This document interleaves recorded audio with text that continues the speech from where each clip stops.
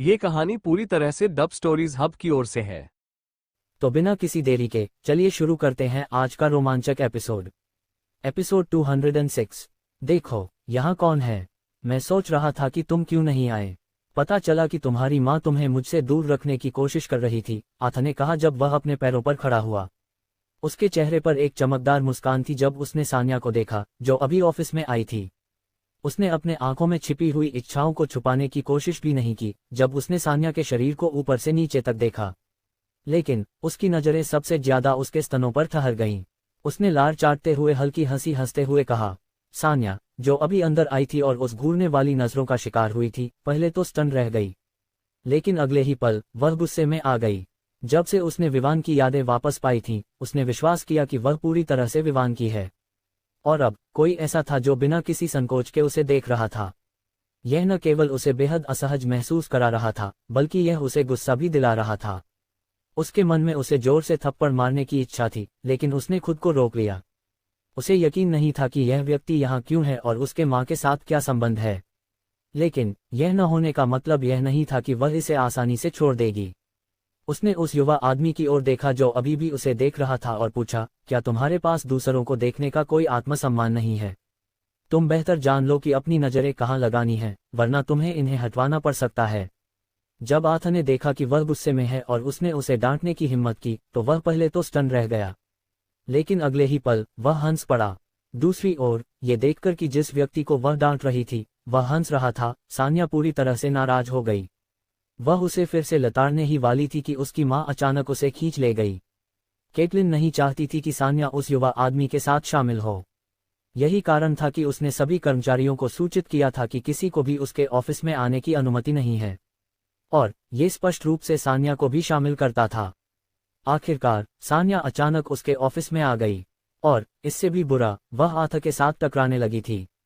हालांकि यह अप्रत्याशित था, केटलिन ने तय किया कि वह अपनी बेटी की रक्षा के लिए जो कर सकती है वह करेगी। तुम एक जिद्दी हो, मुझे लगता है। मैं सोचता हूं कि तुम्हें कैसे काबू में लाना होगा, आथा ने हंसते हुए कहा और सान्या की ओर देखा। उसने एक दिन सान्या को देखा था जब वह किसी लड़की के साथ खरीदारी कर रहा था। उस पल में वह उसकी सुंदरता से तुरंत मोहित हो गया, इसलिए उसने तुरंत उसका पीछा करने का फैसला किया।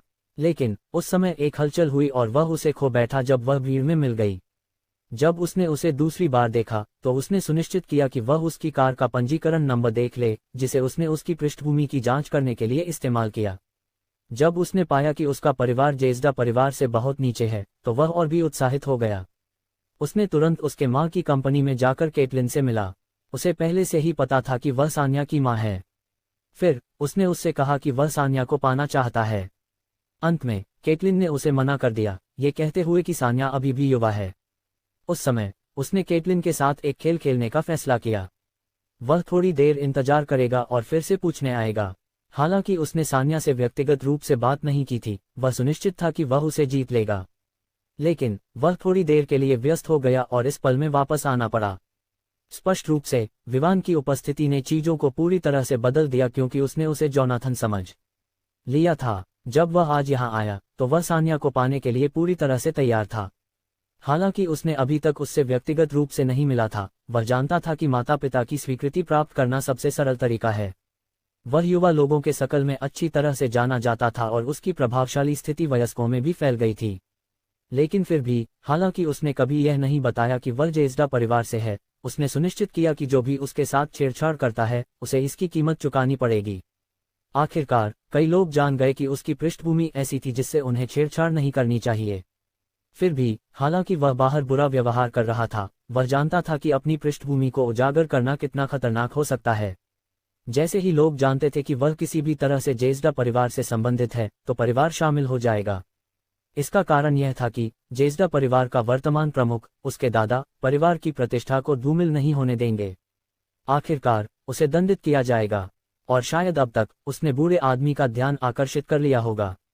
लेकिन उसके पिता की मदद से उसने कई स्थितियों को संभालने में सफल रहा, और यही कारण था कि वह समय के साथ और भी बोल्ड होता गया। पुलिस विभाग और अन्य क्षेत्रों में उसके पास संबंध थे। उसके पिता के एक कॉल से सब कुछ हल हो जाएगा। अब जब उसने सान्या को फिर से देखा तो उसका खून उत्साह से उबालने लगा। वह पहले से ही कल्पना कर सकता था कि वह लड़की को अपने बिस्तर पर दबा रहा है। तुम क्या कह रहे हो? सान्या ने सोचा कि यहाँ क्या हो रहा है। उसने अभी अंदर आकर वास्तव में क्या हो रहा है यह जानने की जरूरत थी, इसलिए उसे एक स्पष्टीकरण चाहिए था। इसके बजाय कि उसे ये बताने के लिए, केटलिन ने आथा की ओर देखा जो सान्या के पीछे खड़ा था। फिर उसने एक ठंडी आवाज में कहा, आथा, तुम बेहतर जान लो कि ये तुम्हारा घर नहीं है जहां तुम जैसे चाहो वैसे व्यवहार कर सकते हो। और मेरी बेटी के बारे में जो भी विचार तुम्हारे मन में हैं, उन्हें भूल जाओ। अन्यथा मैं जो कुछ भी है उसे खोने में भी संकोच नहीं करूंगी, भले ही मुझे ये सुनिश्चित करने के लिए मरना पड़े कि तुम उससे छेड़छाड़ न करो। केटलिन की चेतावनी ने आथा को आश्चर्यचकित कर दिया। यह न केवल उसे चौंका रहा था, बल्कि यह भी कि केटलिन, ये जानते हुए कि वह एक बड़े परिवार से है, फिर भी उसे धमकी देने की हिम्मत कर रही थी। लेकिन फिर भी वह इस धमकी से बिल्कुल भी डर नहीं रहा था कि वह अपनी जान देने के लिए तैयार थी ताकि वह अपनी बेटी की रक्षा कर सके। दूसरी ओर सान्या को अब ये समझ में आ गया कि यहाँ क्या हो रहा है। अब जब उसने आथा की ओर देखा तो उसकी आंखों में नफरत के अलावा अब उसके लिए तिरस्कार भी था। क्या वह विवान की तुलना में हो सकता है? वह एक ऐसा व्यक्ति था जो अपने बलबूते पर खड़ा था और कई व्यवसाय शुरू करने में सफल रहा था, और वह जेज़्डा परिवार का सदस्य था। हालांकि उसने कभी उनकी प्रभाव का इस्तेमाल नहीं किया, लेकिन वह फिर भी उसका हिस्सा था। दूसरी ओर आथा कुछ और नहीं था बल्कि एक युवा मास्टर था जो केवल अपने माता पिता के प्रयासों पर निर्भर था। उसे उसके बारे में जानने की जरूरत नहीं थी या उसकी प्रतिष्ठा के बारे में जानने की जरूरत नहीं थी। बस उसे देखकर वह ये बता सकती थी कि वह ऐसा ही था। एक और बात थी जिसमें वह विवान की तुलना में नहीं आ सकता था। वह ये था कि वह विवान जितना हैंडसम नहीं था, और वह विवान से बड़ा था, लेकिन वह जानती थी कि उसकी उपलब्धियां विवान की तुलना में कुछ भी नहीं थीं। यह मायने नहीं रखता कि तुम क्या कहते हो, श्रीमती ग्रेवी। मैं तुम्हारी बेटी को लूंगा और उसे मेरी महिला बनाऊंगा, चाहे तुम इसे पसंद करो या नहीं, आथा ने जवाब दिया, ये परवाह किए बिना कि सान्या उस समय क्या सोच रही थी। मेरी महिला बनाना? क्या तुम सोचते हो कि तुम मेरे लिए योग्य हो? सान्या ने उस पर हंसते हुए कहा। वह इस बात से बेहद गुस्से में थी कि आथा उसे एक ऐसी वस्तु समझता था जिसे वह जीत सकता है। वह यहाँ खड़ी थी और वह कह रहा था कि वह उसे अपनी महिला बना लेगा। क्या वह सोचता था कि वह एक सस्ती लड़की है जो केवल इसलिए उसे दे देगी क्योंकि उसने कहा कि वह उसे चाहता है? ओह, क्या ऐसा है? क्या तुम जानती हो कि मैं कौन हूँ? आथा ने सान्या की ओर मुस्कुराते हुए पूछा। तुमने पहले अपना परिचय नहीं दिया। तो मैं नहीं जानती कि तुम कौन हो। तो तुम कौन हो? सान्या ने साधारणता से जवाब दिया। केटलिन दूसरी ओर इस बात को रोकना चाहती थी, लेकिन वह बस यह नहीं सोच पा रही थी कि वह इस स्थिति को कैसे संभाले ताकि मामला और न बिगड़े। चीजें पहले से ही खराब थीं। अगर आथा ने सान्या को नीच तरीकों से निशाना बनाने का फैसला किया तो वह बड़ी मुसीबत में पड़ जाएगी। आथा के होंठों में हल्की सी खींचाव आ गया। पहली बार उसे सान्या का ये रवैया पसंद नहीं आया। नहीं, सही में उसे ये पसंद नहीं आया कि उसने उससे पूछा कि वह कौन है। ये सवाल था जिसे उसने हाल ही में नापसंद करना शुरू किया था। आखिरकार यह उसे उस समय की याद दिलाता था जब उसने विवान को जोनाथन समझकर हार मान ली थी। उस समय विवान ने भी वही सवाल पूछा था। उस दिन न केवल उसने कई लोगों के सामने खुद को शर्मिंदा किया, बल्कि उसने विवान के सामने भी हार मान ली, जो उसके लिए अस्वीकार्य था। और यही कारण था कि उसका चेहरा उस सवाल पर और भी काला हो गया। चूंकि तुम नहीं जानती कि मैं कौन हूं, तो मुझे अपना परिचय देने दो। आथा ने तय किया कि वह अभी के लिए अपनी असंतोष को किनारे रखेगा ताकि वह एक दिन उसे सजा दे सके। मैं जाना जाता हूं। आथा अभी अपना परिचय देने ही वाला था जब उसे अचानक सान्या ने रोक दिया। यह मायने नहीं रखता कि तुम कौन हो या क्या हो। तुम्हें ये जानना चाहिए कि मुझे तुम्हारे जैसे पुरुष पसंद नहीं हैं। और इससे भी बुरा, मेरे पास पहले से एक बॉयफ्रेंड है। इसलिए तुम मुझसे जितना दूर रह सको रहो, सान्या ने कहा। इस पल में केटलिन की आंखें चौड़ी हो गईं। ये कुछ ऐसा था जिसे वह आथा को बताने की योजना नहीं बना रही थी। वह जानती थी कि जब उसे पता चलेगा कि विवान सान्या का बॉयफ्रेंड है तो वह उसके खिलाफ कार्रवाई करेगा। विवान की पृष्ठभूमि छोटी होने के कारण वह निश्चित रूप से आथा के मुकाबले नहीं था। ये कुछ ऐसा था जिससे वह खुद को निपटने में परेशानी महसूस कर रही थी। विवान को छोड़ दें। और जैसे ही उसने अनुमान लगाया, आथा का चेहरा और भी काला हो गया। वह सान्या के साथ धीरे धीरे आगे बढ़ने की कोशिश कर रहा था, लेकिन अंत में उसे बताया गया कि उसके पास पहले से एक बॉयफ्रेंड है। यह उसके लिए अस्वीकार्य था। उसने सान्या को ठंडी नजरों से घूरा और पूछा, वह कौन है? उसने सान्या को ठंडी नजरों से घूरा और पूछा, वह कौन है? हालांकि वह ठंडी नजरों से देखी जा रही थी, सान्या ने बिल्कुल भी तनाव नहीं लिया। इसके बजाय उसने आथा की आंखों में सीधे देखते हुए जवाब दिया, वह कोई ऐसा है जो तुम्हारी लीग से बहुत बाहर है। सान्या की आवाज आत्मविश्वास से भरी हुई थी और वह बिल्कुल भी झूठी नहीं लग रही थी। ये देखकर केटलिन भी सान्या के विवान के प्रति आत्मविश्वास से हैरान थी, लेकिन उसे ये सोचने के अलावा कोई चारा नहीं था कि सान्या का इस स्थिति में आत्मविश्वास केवल मूर्खता थी। बहादुर और आत्मविश्वासी होना बुरा नहीं था, लेकिन यह उस स्थिति पर निर्भर करता था जिसमें कोई वर्तमान में था। उसके विचारों के अनुसार आथा के मूड में गिरावट आई जब उसे बताया गया कि वह उस बॉयफ्रेंड से बेहतर नहीं है जिसका सान्या जिक्र कर रही थी। उसने पहले ही सुनिश्चित किया था कि वह सान्या की अच्छी तरह से जांच कर चुका है और उसे पता था कि उस समय उसका कोई बॉयफ्रेंड नहीं था। अंत में कुछ समय बीत चुका था और उसके लिए उस समय में एक बॉयफ्रेंड पाना असंभव नहीं था। यह इसलिए भी था क्योंकि उसने हाल ही में काटू शहर छोड़ा था। अगर ऐसा है तो मुझे तुम्हें अपने साथ ले जाना होगा ताकि वह बदतमीज जिसे तुम बॉयफ्रेंड कह रही हो खुद मुझसे मिलने आए। आथा ने अपने चेहरे पर एक विकृत मुस्कान के साथ कहा, तुम्हारा मतलब क्या है कि तुम उसे अपने साथ ले जा रहे हो? मैं तुम्हें अभी बता दूं कि तुम मेरी बेटी को छूने की कोशिश मत करना, वरना मैं सुनिश्चित करूंगी कि तुम इसका पछतावा करोगे। केटलिन ने उस समय भौंकते हुए कहा जब आथा ने कहा कि वह सान्या को ले जाने की योजना बना रहा है। हा, तुम्हें किसी भी चीज की चिंता करने की जरूरत नहीं है। मैं तुम्हारी बेटी का ध्यान रखूंगा और उसके बॉयफ्रेंड के लिए मैं उसे बस अपन कर दूंगा। यह उस चीज के लिए पर्याप्त सजा होगी जिस पर इस युवा मास्टर की नजर है, आथा ने हंसते हुए जवाब दिया। इस पल में दरवाजा फिर से खोला गया और इस बार 3 भारी भरकम पुरुष अंदर आए। उनकी एंट्री ने केटलिन और सान्या को चौंका दिया। कम से कम उनमें से कोई भी ये उम्मीद नहीं कर रहा था कि इस समय कोई अंदर आएगा। उनके भयंकर चेहरों से वे पहले से ही जान गए थे कि वे उनके पक्ष में नहीं हैं। उनके चेहरे के भावों को देखकर आथा फिर से हंसते हुए बोला, क्या तुमने सोचा था कि मैं हमेशा अकेला चलता हूँ? ये 3 लोग मेरे सुरक्षा के प्रभारी हैं, इसलिए आज वे इससे ज्यादा कुछ करने वाले हैं। वे मेरी लड़की को यहाँ से ले जाने में मेरी मदद करेंगे। केटलिन और सान्या के चेहरे अचानक बदल गए। यह उनके लिए पूरी तरह से अप्रत्याशित था। किसने सोचा था कि आथा दिन के समय सान्या को बलात्कारी तरीके से ले जाने की कोशिश करेगा?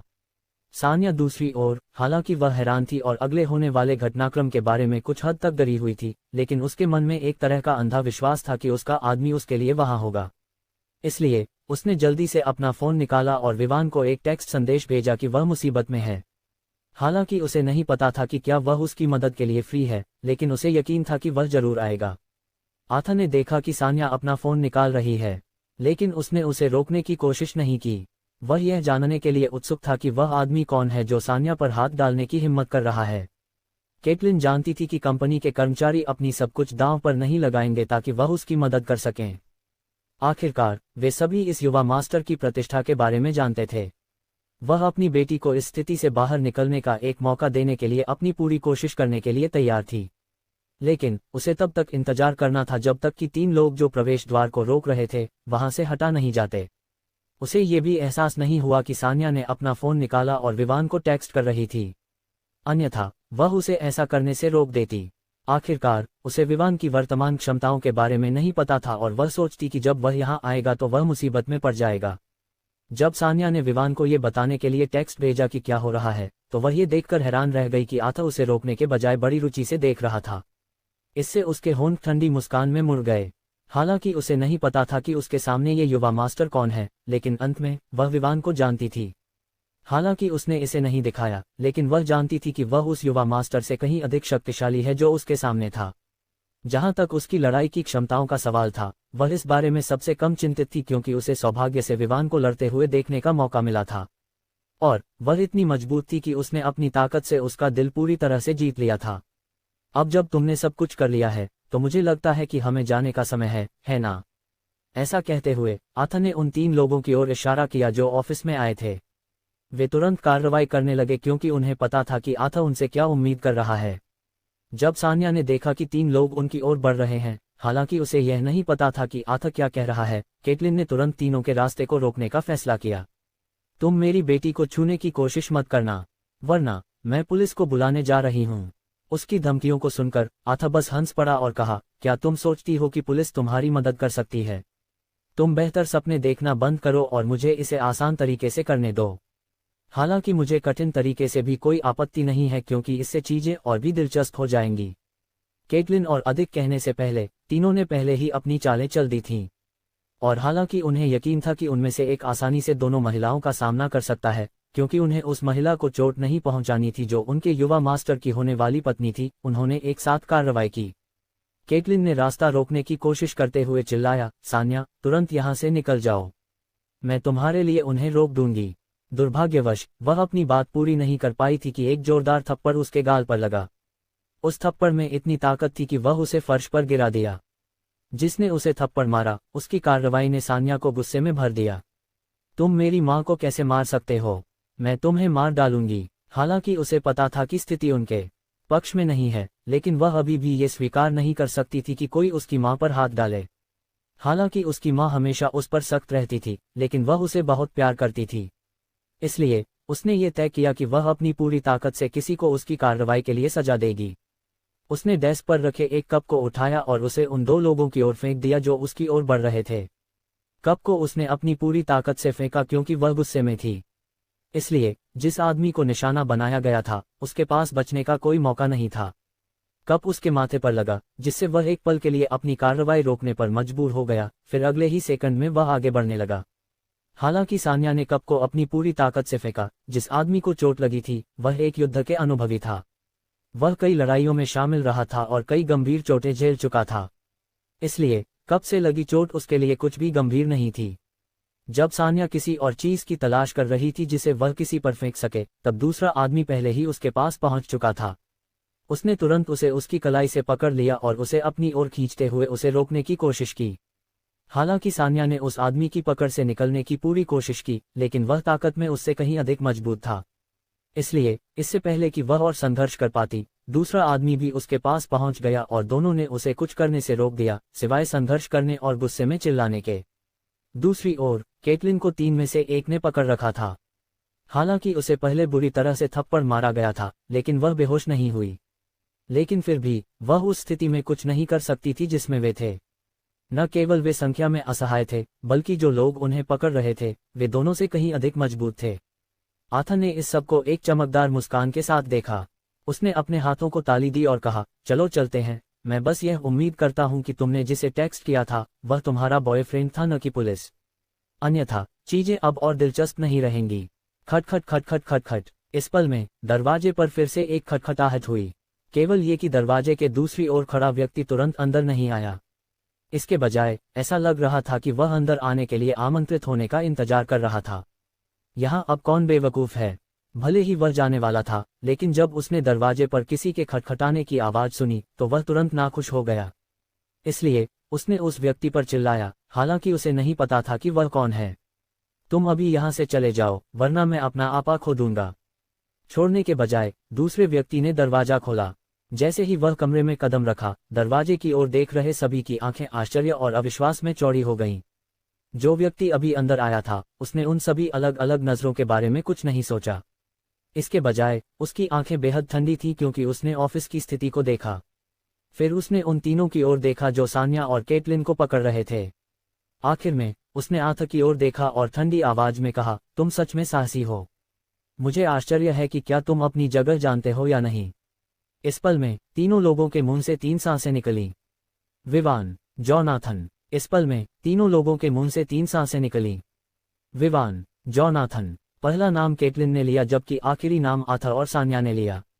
उनमें से किसी ने भी ये नहीं सोचा था कि जो व्यक्ति अभी आया है वह यहाँ होगा। जो व्यक्ति आया था वह और कोई नहीं बल्कि जोनाथन था। वह यहाँ सान्या से कुछ बात करने आया था।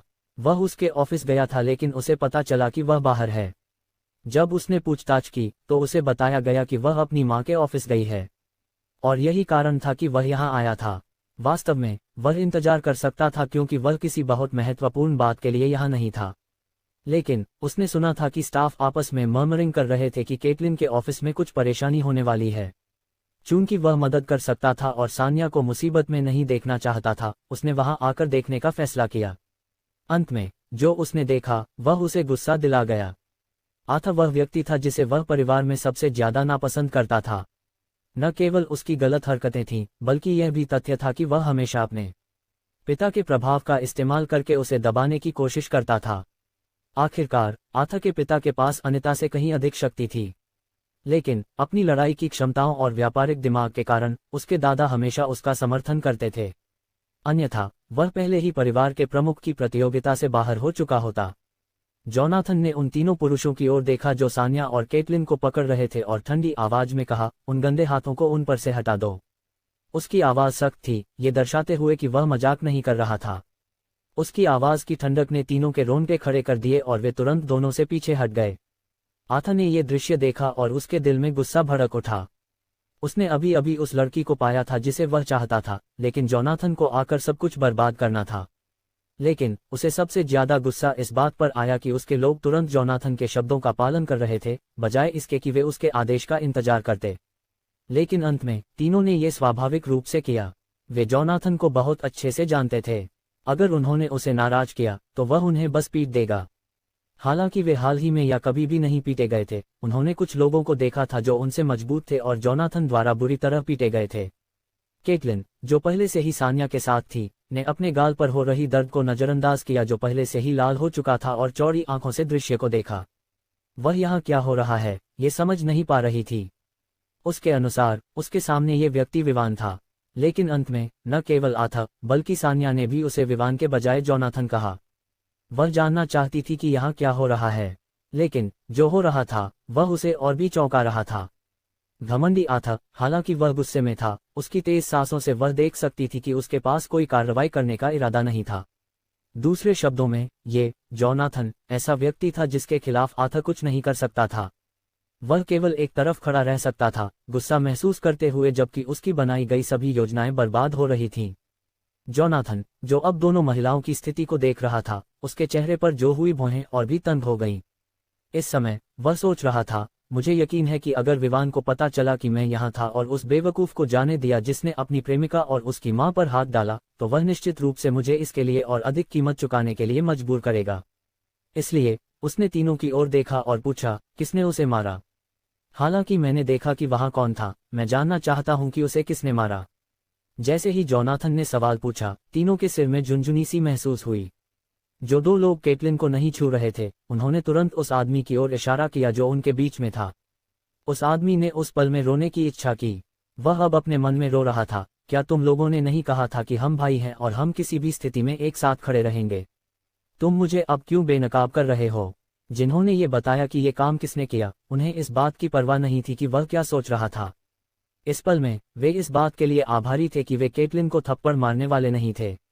जैसे ही उस व्यक्ति की पहचान की गई, जोनाथन ने अपनी कार्रवाई की। इससे पहले कि वह आदमी कोई प्रतिरोध कर पाता, एक मुट्ठी उसके सीने पर लगी। उस पल में उसे ऐसा लगा कि उसकी एक हड्डी चटक गई है उस घातक प्रहार के कारण। वह पीछे की ओर फेंका गया और दीवार से टकरा गया। जब आथा का चेहरा गुस्से से लाल हो रहा था और खून की तरह बह रहा था, उसके अन्य दो बॉडीगार्डों को जोनाथन की कार्रवाई में कुछ अजीब नहीं लगा। उन्होंने कई बार देखा था जब वह ऐसा व्यवहार करता था, लेकिन इस समय उनके मन में सवाल था, जोनाथन और उन दोनों महिलाओं के बीच क्या संबंध था? वे बस ये सोच रहे थे कि उन्होंने अपने साथी की किस्मत से बचने में सफलता पाई थी जब अचानक उन्हें किसी की नज़र उन पर पड़ती हुई महसूस हुई। इससे उनके शरीर में तनाव आ गया। अब तुम दोनों की बात करते हैं। चूंकि तुमने उस पर हाथ डाला, क्या तुम सोचते हो कि मैं तुम्हें जाने दूंगा? जोनाथन ने ठंडी नजरों से दोनों की ओर देखा। दोनों को अपने साथी की तरह ही भाग्य का सामना करना पड़ा। जोनाथन ने फिर कहा, तुम्हें ये नहीं सोचना चाहिए कि यह तुम्हारे लिए पर्याप्त सजा है। जब हम वापस जाएंगे तो मैं सुनिश्चित करूंगा कि तुम ऐसे लोगों के लिए एक सजा का सामना करो जो परिवार की शक्ति का दुरुपयोग करते हैं। दूसरी ओर आथा अब और सहन नहीं कर सका और फट पड़ा। जोनाथन, तुम मेरी अधीनस्थों को कैसे मार सकते हो? भले ही तुम मुझसे थोड़े मजबूत हो, क्या तुम सोचते हो कि मैं तुमसे डरता हूं? याद रखो कि मैं तुमसे बड़ा हूं, इसलिए मैं तुम्हारा सीनियर हूं। जोनाथन को आथा का इस तरह चिल्लाना पसंद नहीं आया। आथा जो चिल्ला रहा था, अचानक उसे अपने गाल पर जलन महसूस हुई। अगले ही सेकंड उसे जोनाथन द्वारा दिए गए थप्पड़ के कारण जमीन पर गिरा दिया गया। उसके कान भी अस्थायी बहरापन के कारण बजने लगे। तुम मुझसे क्यों भौंक रहे हो? तुम जानते हो कि मुझे उन कुत्तों से नफरत है जो जोर से भौंकते हैं और काट नहीं सकते। तुम मुझे बता रहे हो कि तुम मेरे सीनियर हो। तुम में कौन सा हिस्सा ये दर्शाता है कि तुम मेरे सीनियर हो? तुम मुझसे बड़े हो, मैं इसे नकारता नहीं, लेकिन ये केवल तुम्हारे शरीर की उम्र है, लेकिन मेरे लिए तुम कुछ भी नहीं हो। देखो तुम यहाँ हो, परिवार की शक्ति का दुरुपयोग करके दूसरों को परेशान कर रहे हो। क्या तुम सोचते हो कि दादा को इसके बारे में नहीं पता? वह अभी व्यस्त है और इसलिए तुम अभी तक दंडित नहीं हुए हो। लेकिन इसका मतलब यह नहीं है कि मैं तुम्हें यहाँ जो चाहो करने दूंगा। चूंकि तुम्हारे पिता को यह नहीं पता कि तुम्हें अनुशासित करना चाहिए, मैं उनकी जगह ये कर दूंगा। जोनाथन ने आर्थर को ऐसे डांटा जैसे वह एक छोटे बच्चे से बात कर रहा हो। कम से कम अगर परिवार के नियम नहीं होते जो कहते हैं कि परिवार में लड़ाई नहीं होनी चाहिए, तो वह अपने इस चचेरे भाई को पहले ही अपमान कर चुका होता। हालांकि उन्होंने कभी नहीं कहा कि व्यक्ति दूसरों से निपटने के लिए अन्य तरीकों का उपयोग नहीं कर सकता। जोनाथन को ये पसंद नहीं था कि लोग जो करते हैं वह वही करें, जैसे कि हत्यारों को भेजना आदि। लेकिन अब जब उसे आर्थर को पीटने का मौका मिला था, तो वह सुनिश्चित करेगा कि वह उसे अच्छी तरह से पीटे। आखिरकार ऐसा अच्छा मौका पाना मुश्किल था कि वह आर्थर को इस तरह पीट सके। आर्थर जमीन से उठ गया। हालांकि वह अभी भी गुस्से में था, उसने खुद को शांत करने की पूरी कोशिश की। उसे पता था कि जोनाथन ऐसा व्यक्ति है जो हमेशा दूसरों को पीटने पर उतारू रहता है जब भी कोई गलतफहमी होती है और उसे ऐसा करने का मौका मिलता है। और यह ठीक उसी समय था। इसलिए वह नहीं चाहता था कि जोनाथन को और नाराज करे, क्योंकि उसे पता था कि इसके परिणामस्वरूप उसे और भी पीटा जाएगा। तुम उनकी इतनी रक्षा क्यों कर रहे हो? मैं यहाँ केवल एक लड़की को लेने आया था जिसे मैं अपनी पत्नी बनाने का इरादा रखता हूँ। क्या इसमें कोई समस्या है? आर्थर ने दांत पीसते हुए पूछा। क्या तुम बेवकूफ हो? तुम यहाँ एक लड़की को लेने आए हो जिसे तुम अपनी पत्नी बनाने का इरादा रखते हो? हंस, क्या तुम सोचते हो कि तुम मुझे बेवकूफ बना सकते हो? फिर से कोशिश करो। तुम्हारे चरित्र के साथ मैं जानता हूं कि तुम बस उसके साथ खेलोगे और बस इतना ही, जोनाथन ने कहा। फिर उसने जारी रखा, और क्या तुम सुनिश्चित हो कि जिस लड़की को तुम लेने आए हो वह पहले से ही किसी की नहीं है? तुम बेवकूफ हो जो बिना कुछ पुष्टि किए आए हो। और इससे भी बुरा, तुम मेरी बहन इन लॉ को अपनी खिलौना बनाने की कोशिश कर रहे हो। क्या तुम सोचते हो कि मैं तुम्हें बिना सजा दिए जाने दूंगा? जोनाथन के शब्दों ने तीनों बॉडीगार्डों, आर्थर और अंततः केटलिन को चौंका दिया। उनमें से किसी ने भी ये नहीं सोचा था कि जोनाथन और सान्या के बीच ऐसा संबंध है। केटलिन अभी भी सोच रही थी कि उसके सामने ये व्यक्ति विवान है। लेकिन अंत में सान्या ने उसे बताया कि यह जोनाथन है और न कि विवान। स्थिति की व्याख्या वह तब तक इंतजार कर सकती थी जब तक कि वे उस स्थिति से बाहर नहीं निकल जाते जिसमें वे थे। आर्थर दूसरी ओर कभी यह नहीं सोच सकता था कि सान्या पहले से ही किसी के साथ है। इस तरह जोनाथन उसे बहन इन लॉ कह सकता है। और वह अभी भी इस बात पर शाप देने से नहीं रोक सका कि चीजें कैसे चल रही थीं। उसने सुनिश्चित किया था कि सान्या की पृष्ठभूमि की जांच की है और उसे यकीन था कि उसके पास कोई बॉयफ्रेंड नहीं है, क्योंकि उसकी ठंडी प्रवृत्ति थी। इसलिए उसने उस पर नजर रखना बंद कर दिया था। लेकिन अब जब वह उसे लेने आया था तो वह पहले से ही किसी के साथ थी। वह विश्वास नहीं कर सकता था। जब सान्या ने कहा कि उसके पास एक बॉयफ्रेंड है, तो वह अभी भी जानना चाहती थी कि वह किसे बुलाने जा रही है। और अगर यह सच था कि उसके पास एक बॉयफ्रेंड था, तो वह बस उससे निपट लेगा। लेकिन अब वह विश्वास नहीं कर सकता था कि यह व्यक्ति भी उससे संबंधित था। इसलिए उसने जोनाथन से पूछा, वह कौन है? उसे पता था कि जोनाथन ऐसा व्यक्ति नहीं है जो आसानी से दोस्त बना सके। यहाँ तक कि घर पर उसके चचेरे भाई, वह उनमें से अधिकांश के करीब नहीं था, केवल कुछ के। अब आर्थर सोच रहा था कि वह कौन हो सकता है। जोनाथन ने हंसते हुए कहा। उसने जवाब देने के लिए मुंह खोला, लेकिन उसे बोलने से रोकना पड़ा। बंद, जोनाथन ने हंसते हुए कहा। उसने जवाब देने के लिए मुंह खोला, लेकिन उसे बोलने से रोकना पड़ा। बंद। तभी दरवाजा जोर से खोला गया। आवाज से ये स्पष्ट था कि दरवाजा बलात्कारी तरीके से लात मारकर खोला गया था। सभी की नजरें दरवाजे की ओर मुड़ गईं, और जैसे ही उन्होंने ऐसा किया, उनकी आंखें चौड़ी हो गईं। उन्होंने विवान को विभिन्न भावनाओं और विचारों के साथ देखा। कम से कम उनमें से किसी ने भी उससे इस तरह की एंट्री की उम्मीद नहीं की थी। सान्या इस पल में सबसे ज्यादा उत्साहित थी। उसने विवान को टेक्स्ट किया था और उसे यहाँ की स्थिति के बारे में बताया था। इसलिए वह उम्मीद कर रही थी कि वह यहाँ होगा। लेकिन ये कहना झूठ होगा कि उसने नहीं सोचा था कि वह यहाँ आने में इतना तेज होगा। आखिरकार उसने बस कुछ मिनट पहले ही उसे अपनी स्थिति के बारे में टेक्स्ट किया था। और अब जब वह यहाँ था, तो उसका दिल जो किसी तरह से अशांत था, तुरंत शांत हो गया। फिर उसने विवान के चेहरे पर जो भाव थे, उन्हें देखा। ऐसा लग रहा था कि वह बिल्कुल भी खुश नहीं था। और ये वही भाव था जो उसने उस रात दिखाया था जब सान्या को कॉलिंस और उसके गुंडों ने अपहरण किया था। और इस क्षण में उसे पता था कि इस आर्थर नाम के व्यक्ति को भुगतना पड़ेगा। केटलिन दूसरी ओर विवान को आश्चर्यचकित नजरों से देख रही थी। फिर उसने जोनाथन की ओर देखा और फिर से विवान की ओर ध्यान दिया।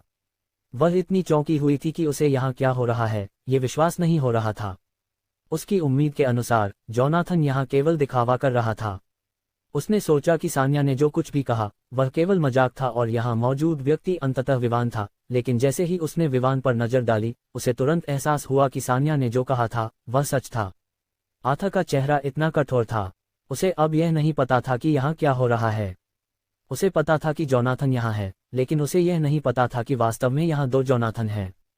और ये क्या स्थिति है जहाँ लोग उसके यहाँ होने पर ऑफिस में घुसते रहते हैं, और कम से कम उसके द्वारा बुलाए गए 3 बॉडीगार्डों के अलावा सभी अन्य यहाँ उसकी मदद के लिए नहीं आए थे। वह पहले से ही देख सकता था कि विवान जिस तरह से चारों ओर ठंडी नजरों से देख रहा था वह निश्चित रूप से उसके पक्ष में नहीं था। यह न कहने के लिए कि वह जोनाथन की तरह ही दिखता था।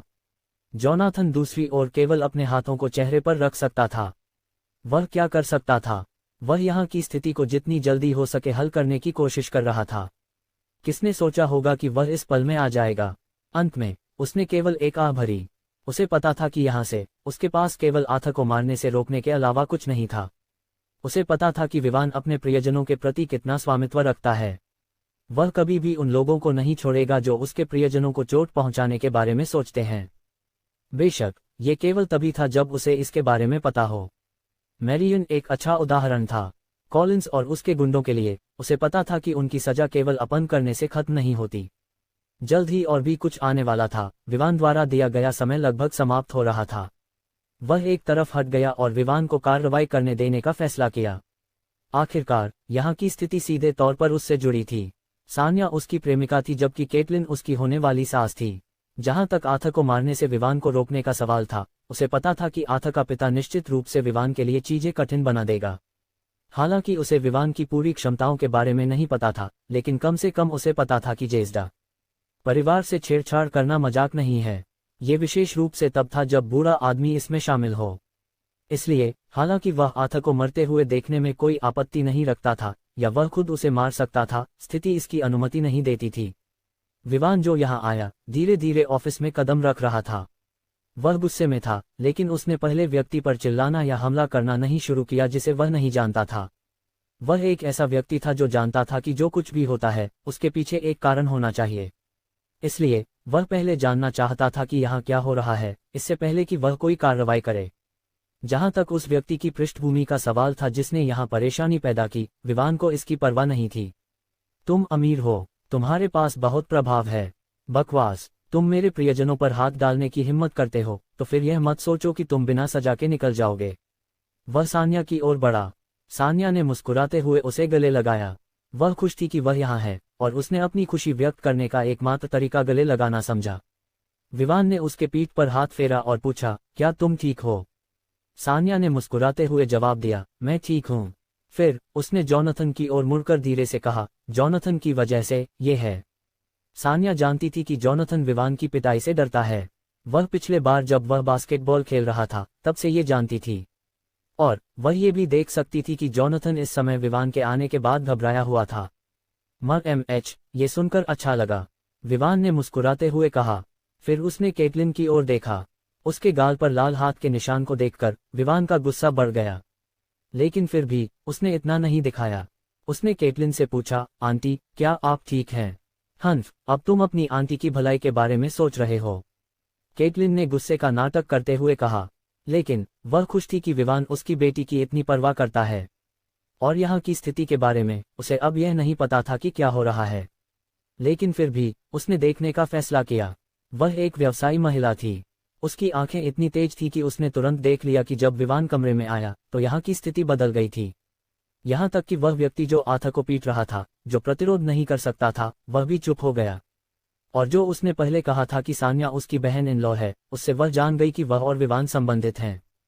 जहां तक असली रिश्ते का सवाल था, वह इसके बारे में निश्चित नहीं थी। उसने लगभग 1 दशक तक एन और सान्या के साथ बिताया था, लेकिन उसने कभी जोनाथन को नहीं देखा और न ही उसने एन को उसके बारे में बात करते सुना। लेकिन उसे पता था कि यह सवाल पूछने का समय नहीं है। उसे पहले वर्तमान समस्या का समाधान करना था, फिर वह अंततः ये पूछ सकती थी कि विवान और जोनाथन एक जैसे क्यों दिखते हैं। विवान ने एक अजीब मुस्कान के साथ अपने सिर को खुजाया। लेकिन उसने कोई शब्द नहीं कहा क्योंकि उसे पता था कि वह केवल उसे चिढ़ा रही है। फिर उसने आथा की ओर देखा। वह उसे स्पष्ट रूप से याद कर सकता था, और उसी हाथ के निशान से जो उसके गाल पर था, विवान यह समझ सकता था कि क्या हो रहा है। उस जानकारी के आधार पर जो उसे उस दिन मिली थी जब वे मिले थे, इस आदमी के घमंडी व्यवहार के साथ और जॉनथन की उपस्थिति के साथ, विवान यह जान सकता था कि यह आदमी गलत था और जॉनथन द्वारा रोका गया था। लेकिन वास्तव में क्या हुआ था? सान्या, यहाँ क्या हुआ? विवान ने पूछा। सान्या ने अपनी माँ की ओर देखा और फिर विवान को बताने लगी कि यहाँ क्या हुआ। जब सान्या विवान को यहाँ की स्थिति के बारे में बता रही थी, आथर और भी गुस्से में आ गया। ये बुरा था कि जॉनथन उसे बिना किसी सम्मान के ट्रीट कर रहा था। लेकिन इस नए व्यक्ति के बारे में क्या जो अभी आया है? ये व्यक्ति उसे पूरी तरह से नजरअंदाज कर रहा था, जैसे कि वह पहले स्थान पर मौजूद ही नहीं था। फिर जो चीज उसे गुस्से में दांत पीसने पर मजबूर कर रही थी, वह ये थी कि उसने सान्या को गले लगाया। वह बेवकूफ नहीं था कि यह जान सके कि यह वही व्यक्ति था जिसे जॉनथन ने कहा था कि वह सान्या का बॉयफ्रेंड है। जब सान्या विवान को यहाँ की स्थिति के बारे में बता रही थी, आथर और अधिक सहन नहीं कर सका और जॉनथन पर घूरते हुए पूछा, क्या तुम मुझे बता सकते हो कि तुम में से दो क्यों हैं और कौन सा नकली है? जॉनथन ने आथर को ऐसे देखा जैसे वह एक बेवकूफ को देख रहा हो। ऐसा लग रहा था कि उसने बाहर आनंद में बिताए गए समय ने वास्तव में उसके दिमाग को प्रभावित किया है। क्या तुम जानना चाहते हो कि वह कौन है? तो क्यों नहीं तुम उससे पूछते कि वह कौन है? मुझे यकीन है कि वह तुम्हें एक संतोषजनक उत्तर देगा। जॉनथन ने हंसते हुए जवाब दिया। किसी कारण से जब उसे कहा गया कि वह विवान से पूछे कि वह कौन है, आथा को अपने सिर में झुनझुनी सी महसूस हुई। हालांकि वह लड़कियों और कुछ दोस्तों के साथ समय बर्बाद करने का आदी था, वह फिर भी जेज़्डा परिवार से था।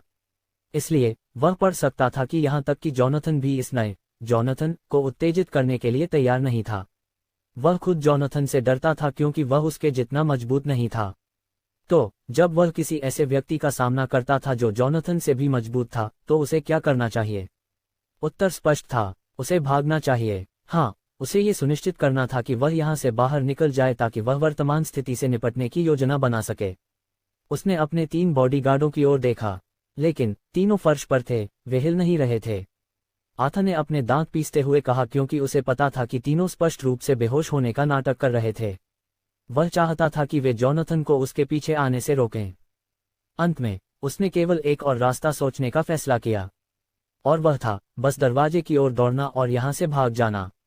वह दरवाजे की ओर मुड़ा, लेकिन वह स्टन रह गया जब उसने देखा कि किसी तरह जॉनथन जो किनारे पर खड़ा था, अचानक उसके सामने खड़ा हो गया, दरवाजे के पीछे। उसका उत्तर सरल था, अगर तुम यहाँ से बाहर जाना चाहते हो तो तुम्हें पहले मुझसे गुजरना होगा। आथा की आंखें लाल हो गईं। उसने जॉनथन को अपने रक्त लाल आंखों से देखा।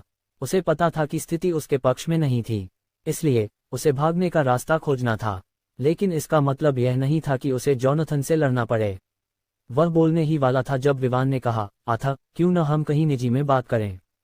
वह बोलने ही वाला था जब विवान ने कहा, आथा, क्यों न हम कहीं निजी में बात करें? आथा के तंत्रिकाएं तंग हो गई जब उसने विवान को घूरा। हालांकि विवान के चेहरे पर मुस्कान थी, आथा जानता था कि यह इसलिए नहीं था क्योंकि विवान खुश था। वास्तव में वह विवान से आ रही तीव्र हत्या की भावना को महसूस कर सकता था, और हालांकि ये पूरी तरह से नहीं था, यह उसके प्रति निर्देशित था। इसलिए हालांकि वह एक लड़ाकू नहीं था और न ही वह कभी युद्धभूमि पर गया था, उसे पता था कि स्थिति बिगड़ रही है। आथा का विवान से डर इस वजह से नहीं था कि विवान खतरनाक था या कुछ और नहीं, यह इस तथ्य से विकसित हुआ था कि यहाँ तक कि जॉनथन भी विवान के साथ छेड़छाड़ नहीं करना चाहता था। इस तरह का कोई व्यक्ति था जिससे आथा कभी भी निपटना नहीं चाहता था, और अगर उसे ऐसा करना पड़ता तो वह हमेशा अपने पिता की मदद मांगता और स्थिति को संभालता।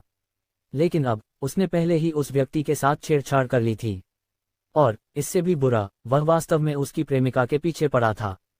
और यह निश्चित रूप से कुछ ऐसा था जिसे अधिकांश पुरुष कभी पसंद नहीं करते या सबसे ज्यादा नफरत करते हैं।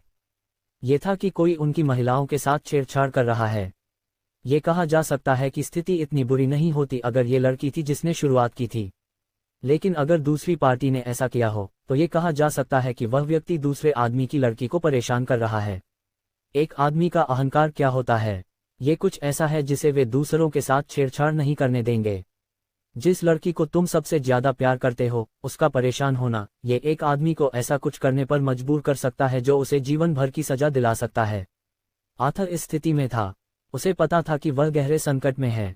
यह और भी बुरा था जब उसके 3 बेकार बॉडीगार्ड बेहोश होने का नाटक कर रहे थे। जहां तक अपने पिता को बुलाने का सवाल था कि उसे मदद की जरूरत है, ये तो सवाल से बाहर था। पहले स्थान पर, वे दोनों उसे ऐसा करने की अनुमति कैसे देंगे? वे उसके साथ निपटेंगे और बाद में आने वाली समस्याओं का सामना करेंगे। उसने विवान की ओर मुस्कुराते हुए कहा, हम ऐसा करते हैं। तुम मुझे जाने दो और मैं कभी भी उनके सामने नहीं आऊंगा। इस तरह दोनों पक्षों को लाभ होगा, है ना? वह इस समय विवान के साथ निपटना नहीं चाहता था, लेकिन वह सान्या जैसी खूबसूरत लड़की को छोड़ने वाला नहीं था। ऐसा कभी नहीं होगा। उसकी योजना सरल थी, यहाँ से सुरक्षित निकलना, फिर पूरी तैयारी के साथ वापस आना और प्रतिकूल को पूरी तरह से नष्ट करना। हे, चिंता मत करो, हम बस बात करने जा रहे हैं, जैसे पुरुष बात करते हैं, तुम समझते हो। विवान ने हंसते हुए जवाब दिया। क्या वह नहीं जान सकता था कि यह बेवकूफ क्या सोच रहा है? विवान खुद इतना बेवकूफ नहीं था कि यह विश्वास करे कि एक युवा मास्टर जो दिन के उजाले में एक लड़की को बलात्कारी तरीके से ले जाने की हिम्मत करता है, वह ये दिखावा करेगा कि कुछ नहीं हुआ। जहां तक आथा के लिए विवान के साथ क्या करने की योजना थी, वह कुछ ऐसा था जो वह सान्या और उसकी मां के सामने नहीं करना चाहता था। यही कारण था कि वह उन्हें एक एकांत स्थान पर ले जाना चाहता था। देखकर कि विवान उसे कोई रास्ता नहीं दे रहा था, आथा ने उसे घूरते हुए कहा, क्या तुम सोचते हो कि मैं तुमसे डरता हूं सिर्फ इसलिए कि तुम असली जॉनथन हो?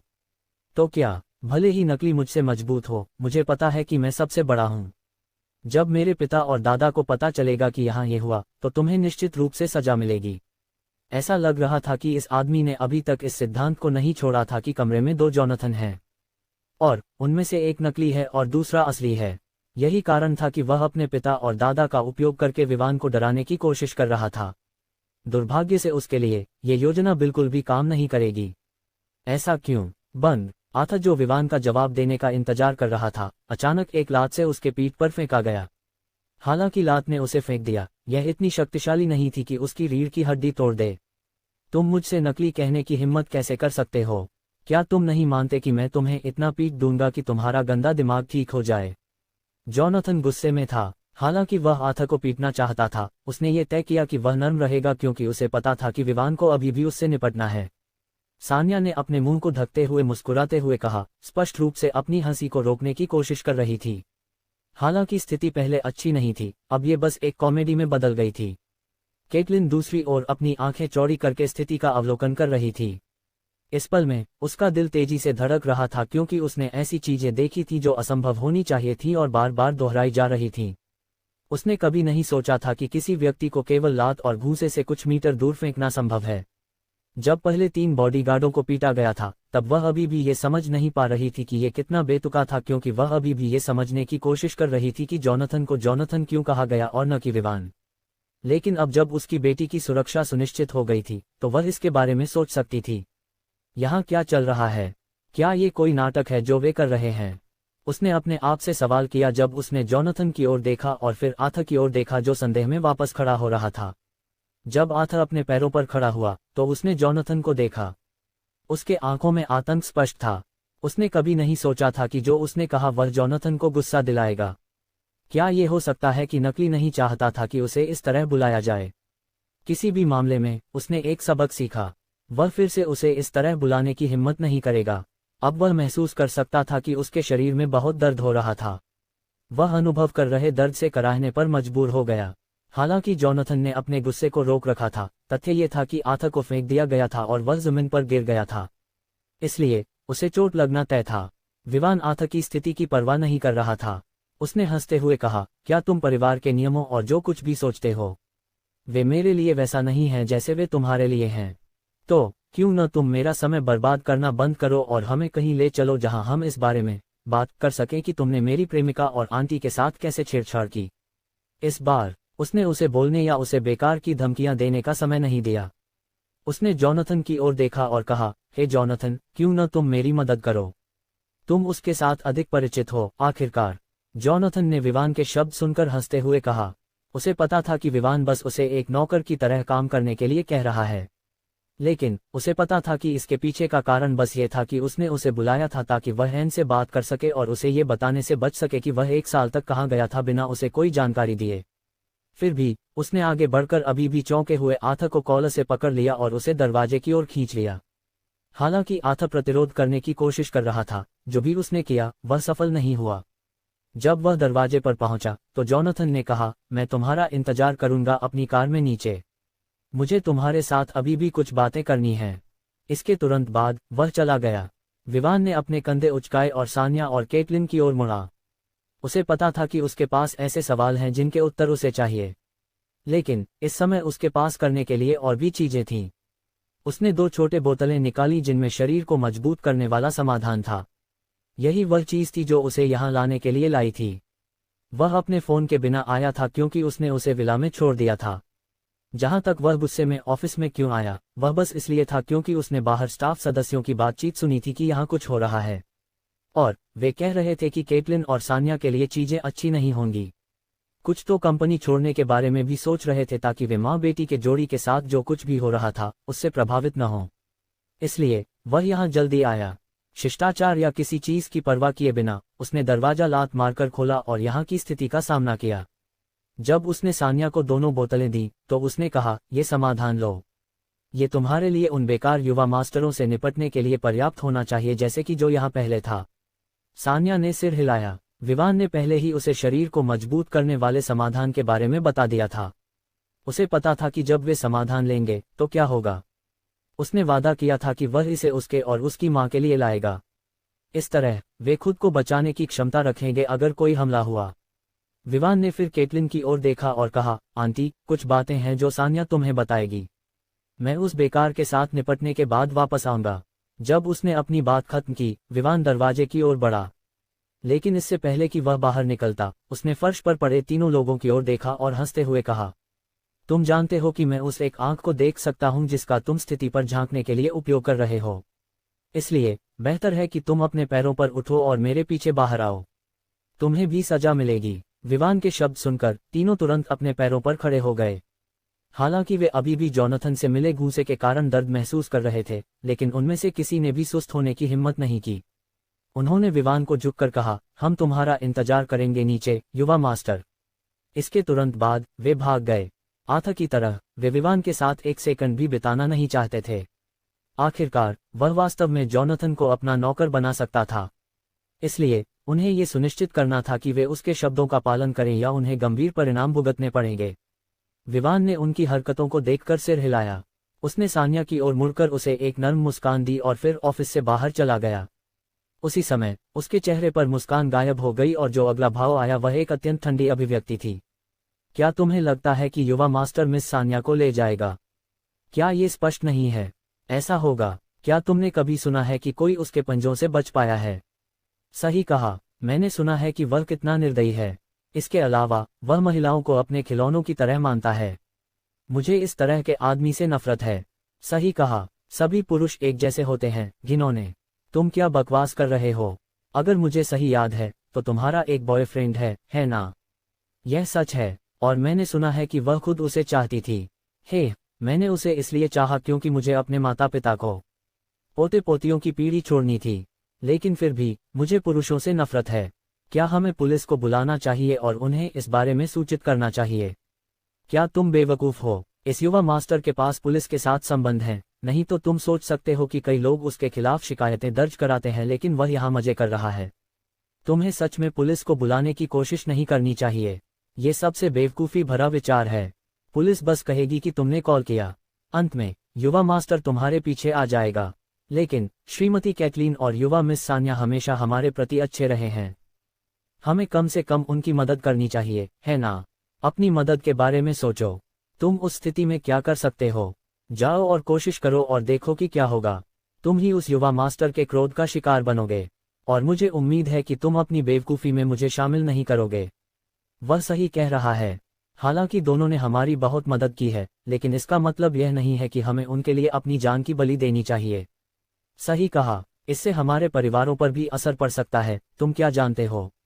अगर ऐसा है तो मैं जा रहा हूँ। मैं यहाँ बैठकर उस युवा मास्टर का इंतजार नहीं कर सकता जो मुझे इशारा करके पीट दे। हे, मेरा इंतजार करो, मैं तुम्हारे साथ जा रहा हूँ। और तुम उस युवा आदमी के बारे में क्या सोचते हो जो ऑफिस में गया जबकि हमने उसे रोकने की कोशिश की? उसे तो पहले ही पीट दिया जाना चाहिए था। क्या तुमने नहीं देखा कि उसके पहले ऑफिस में 3 भारी भरकम लोग गए थे? वह तो बहुत बेवकूफ था। उसके ऑफिस में जाने के साथ ही उसकी किस्मत तय हो गई थी। एंजल्स प्रोमिनेंस के स्टाफ सदस्य बातें कर रहे थे। कुछ उत्साहित थे ये देखने के लिए कि आगे क्या होगा। अन्य उदास और असहाय दिख रहे थे, जबकि कुछ बिना किसी भावना के थे, स्पष्ट रूप से परिणाम की परवाह नहीं कर रहे थे। वे बस बातें कर रहे थे जब उन्होंने देखा कि कोई और मंजिल पर आ रहा है। सामान्य समय में वे उसे नहीं देखते, लेकिन इस बार उन्होंने उसे आसानी से देखा क्योंकि वह सीधे ऑफिस की ओर जा रहा था। हे, अगर तुम अपनी जान से प्यार करते हो तो वहां मत जाओ। एक स्टाफ सदस्य ने उस युवा आदमी को चेतावनी देने की कोशिश की जो यहां आया था। कुछ और भी शामिल हो गए। युवा आदमी ने थोड़ी देर के लिए भौंका, फिर वह उस ऑफिस की ओर दौड़ पड़ा जहां से उन्हें रोकने की कोशिश की जा रही थी। एक और बेवकूफ जो अपनी जान की परवाह नहीं करता, साय। दोस्तों, क्या तुमने कुछ देखा? तुम किस चीज की बात कर रहे हो? क्या ये युवा आदमी उस व्यक्ति की तरह नहीं दिखता जो उसके पहले वहां गया था? अब जब तुमने कहा तो मैं उनकी समानता देख सकता हूं। क्या वे जुड़वा हो सकते हैं? बंद। भीड़ को उस युवा आदमी के कार्यों के कारण बात करना बंद करना पड़ा। वे विश्वास नहीं कर पा रहे थे कि उसने सच में ऑफिस का दरवाजा लात मारकर खोला। मुझे याद है कि वह युवा आदमी, मुझे लगता है कि वह श्रीमती कैटलीन को आंटी कहता है। ओह, इसलिए वह दौड़कर आया। अब यह समझ में आता है। हालांकि वे देख सकते थे कि दरवाजा खुल गया था, लेकिन कोई भी पास जाने की हिम्मत नहीं कर रहा था। वे डरते थे कि अगर उन्हें अंदर देखा गया तो वे भी फंस जाएंगे। इसलिए वे ऑफिस से थोड़ी दूरी पर खड़े रहे और यह देखने के लिए इंतजार किया कि क्या होने वाला है। लगभग 10 मिनट बीतने के बाद वे हैरान रह गए जब उन्होंने देखा कि कोई ऑफिस से बाहर आ रहा है। लेकिन जो बाहर आ रहा था उसने उन्हें सबसे ज्यादा चौंका दिया क्योंकि वह वही व्यक्ति था जिसे उन्होंने सोचा था कि उसे पीटा जाएगा। फिर उनकी आंखें चौड़ी हो गई जब उन्होंने देखा कि ऊंचा युवा मास्टर, जो पहले कैटलीन के ऑफिस में घमंड से गया था, अब उसके कॉलर से खींचा जा रहा था। उसका चेहरा बिल्कुल अच्छा नहीं लग रहा था। वे उसके गालों की सूजन से देख सकते थे कि उसे अंदर पीटा गया था। यह उन्हें और भी भ्रमित कर रहा था, जिससे वे सोचने लगे कि अंदर क्या हुआ होगा। जोनाथन ने उन्हें अपनी ओर देखते हुए देखा, फिर उसने नाक सिकोड़ी। भले ही उसे पता था कि आर्थर वास्तव में उन कर्मचारियों के दायरे से बाहर था, लेकिन उसे उनकी प्रतिक्रिया बिल्कुल पसंद नहीं आई। अगर तुम मदद नहीं कर सकते तो कम से कम क्यों नहीं शुभकामनाएं देते हो? बस उनके बारे में बुरा मत बोलो जब वे मुश्किल में हों। अब उनकी सोचने की परवाह किए बिना जोनाथन ने आर्थर को मजबूती से खींचा, जो यहाँ के कर्मचारियों की नजरों के नीचे अपमानित महसूस कर रहा था। लेकिन चाहे वह कितनी भी कोशिश करे, उसे जोनाथन की पकड़ से बाहर निकलने का कोई तरीका नहीं मिला। कर्मचारियों के लिए वे लगभग जोनाथन से पूछने के लिए ललचाए कि अंदर क्या हुआ था, लेकिन उन्होंने खुद को रोक लिया, ये याद करते हुए कि उनकी बॉस मुसीबत में थी और उनमें से कोई भी उसकी मदद के लिए आगे नहीं बढ़ा। जब वे अभी भी ये सोच रहे थे कि ऑफिस के अंदर क्या हुआ, जोनाथन ने लिफ्ट में चढ़कर आर्थर के साथ बाहर निकल गए। और जल्द ही जैसे ही स्टाफ सदस्य यह अनुमान लगाने लगे कि ऑफिस के अंदर क्या हो सकता है, उन्होंने देखा कि एक और व्यक्ति ऑफिस से बाहर आ रहा है। उन्होंने तुरंत उसे पहचाना क्योंकि वह वही व्यक्ति था जो पिछले बार ऑफिस में गया था। लेकिन उसके चेहरे पर ठंडा भाव था जब उसने उनकी ओर देखा, जिससे वे चौंक गए। वे पसीना बहा रहे थे क्योंकि विवान की नजरें उन पर पड़ रही थीं। अंत में उन्हें पीछे हटने के लिए मजबूर होना पड़ा क्योंकि उन्होंने उसके लिए रास्ता खोला। फिर उन्होंने देखा कि विवान ऑफिस की ओर मुड़ रहा है। उसने कहा, तुम जानते हो कि मैं देख सकता हूं कि तुम एक आंख से स्थिति पर नजर रख रहे हो, इसलिए बेहतर है कि तुम अपने पैरों पर खड़े हो जाओ और मेरे साथ बाहर आओ। तुम्हें भी सजा मिलेगी। फिर जो हुआ वह ये था कि 3 लोग जो पहले कूदते हुए ऑफिस में गए थे, अब जैसे डर के मारे चूहों की तरह बाहर भाग रहे थे। हम तुम्हारे लिए नीचे इंतजार करेंगे युवा मास्टर, उनमें से एक ने कहा, इससे पहले कि तीनों भाग जाएं। और वे लिफ्ट की ओर नहीं गए, इसके बजाय वे सीढ़ियों की ओर चले गए। उनके शब्दों ने भीड़ को यह समझने में थोड़ा मदद की कि अंदर क्या हो सकता है। क्या ये हो सकता है कि ये व्यक्ति, विवान, जिसे कुछ ने कंपनी में आते देखा था, किसी बड़े परिवार का हिस्सा था जो आर्थर से बड़ा था? यही एकमात्र कारण था जो वे सोच सकते थे। अंत में यही एकमात्र कारण हो सकता था कि आर्थर के अधीन 3 लोग, जो स्पष्ट रूप से उसके अधीन थे, उसे डर और सम्मान के साथ देख रहे थे। तीनों के जाने के बाद उन्होंने देखा कि विवान उनकी ओर देख रहा है। अंत में उसने एक गहरी सांस ली और लिफ्ट की ओर चलने लगा। जैसे ही वह चुपचाप भीड़ के पास से गुजरा, उसने धीमी आवाज में कहा, एक बेजान अधीनस्थों का समूह। हालांकि उसने ये कम आवाज में कहा, लेकिन अधिकांश लोग इसे सुन सकते थे क्योंकि क्षेत्र बहुत शांत था। अंत में वे उसकी बातों का जवाब नहीं दे सके। उनकी बॉस ने उन्हें अच्छा व्यवहार किया था, लेकिन वे बस किनारे पर खड़े रहे जब वह अकेले ही पीड़ित थी। लिफ्ट में चढ़ने के बाद विवान ने एक और गहरी सांस ली क्योंकि उसने खुद को शांत करने की कोशिश की। वह गुस्से में था क्योंकि वह उस समय अपने गुस्से को रोकने की कोशिश कर रहा था। वह केवल इस बात से नाराज नहीं था कि आथा ने सान्या और कैटलीन पर हमला किया, बल्कि इस बात से भी नाराज था कि कैटलीन के अधीन काम करने वाले कर्मचारी उसके प्रति वफादार नहीं थे। हालांकि कैटलीन हमेशा अपने काम से संबंधित मामलों में सख्त थी, लेकिन उसके अधीन काम करने वाले किसी भी कर्मचारी को कभी भी कठिनाई नहीं हुई। उनके पास छुट्टियां थीं, अगर वे ओवरटाइम काम करते थे तो उन्हें भुगतान किया जाता था, और इसी तरह। जैसे जोनाथन, हालांकि उसे पता था कि वे उस स्थिति में मदद नहीं कर सकते क्योंकि आथा का पारिवारिक पृष्ठभूमि है, तो फिर वे कैटलीन के पीछे बुरा क्यों बोल रहे थे? क्या ये उसी तरह नहीं था जैसे वे उसके गिरने पर उसे लात मार रहे थे? सभी एक ही बात थी, अगर यह उसकी कंपनी होती तो वह सुनिश्चित करता कि वह कुछ छानबीन करे और स्थिति के अनुसार कर्मचारियों का एक नया बैच लाए। ये जानकर कि यह सान्या और उसकी मां को खुद ही निपटना था, विवान ने सिर हिलाया और लिफ्ट के खुलने का इंतजार किया। जब वह लिफ्ट से बाहर निकला तो वह पहले से ही ग्राउंड फ्लोर पर था। उसने देखा कि यहाँ एक हलचल हो रही थी। उनके शब्दों से विवान पहले ही समझ गया कि यह जोनाथन द्वारा आथा को कॉलर से खींचने से संबंधित था। बिना किसी बेकार की बातों पर ध्यान दिए विवान पार्किंग लॉट की ओर बढ़ा। वहां उसने जोनाथन की कार पाई। उसने ये कार एक बार देखी थी जब जोनाथन ने उसे मिलने आया था। ये एक रोल्स रॉयस क्यूलिनन थी। वह कार में बैठ गया और पाया कि आथा पीछे की सीट पर बैठा था। वह अब आज्ञाकारी था। इसके पीछे का कारण यह था कि उसके चेहरे पर सूजन थी। विवान को पता था कि उस आदमी को जोनाथन ने गंभीर रूप से पीटा था, और जो बेवकूफ़ी भरे धमकियां वह पहले दे रहा था, उनके मौन होने से यह स्पष्ट था कि उसने समझ लिया था कि ये दोनों पर काम नहीं करेगी। उसे देखकर विवान ने सिर हिलाया। वे उसे यहाँ नहीं निपटने वाले थे। वे एक ऐसे स्थान पर जाने वाले थे जहाँ उन्हें बिना किसी रुकावट के जो चाहे करने की स्वतंत्रता हो। वह कौन है? मैंने उसे पहले देखा था जब मैं एक बिल्डिंग खरीद रहा था। उस दिन उसने मुझे बहुत परेशान किया। वह भाग्यशाली था कि मैं उसे पीटने के मूड में नहीं था। विवान ने जोनाथन से पूछा, मुझे लगता है कि तुम इसे पसंद करोगे। ये दूसरे चाचा का पहला बेटा है। उसे अब 20 साल का होना चाहिए, मुझे याद नहीं। ये लड़का और उसका पिता वास्तव में तुम्हारे साथ एक किस्मत रखते हैं। जोनाथन ने ये कहते हुए हंसते हुए कहा, किस्मत की बकवास। जब हम मिले मैं ठीक था, लेकिन अब और फिर कुछ मक्खियां आती हैं जो मुझे गंदा करने की कोशिश करती हैं। तुम्हें उन सभी का ध्यान रखना चाहिए जिनसे तुम्हारा दुश्मनी है। मैं नहीं चाहता कि वे मुझे तुम्हारे साथ भ्रमित करें। विवान ने कहा, क्या तुम्हारे पास केवल एक था?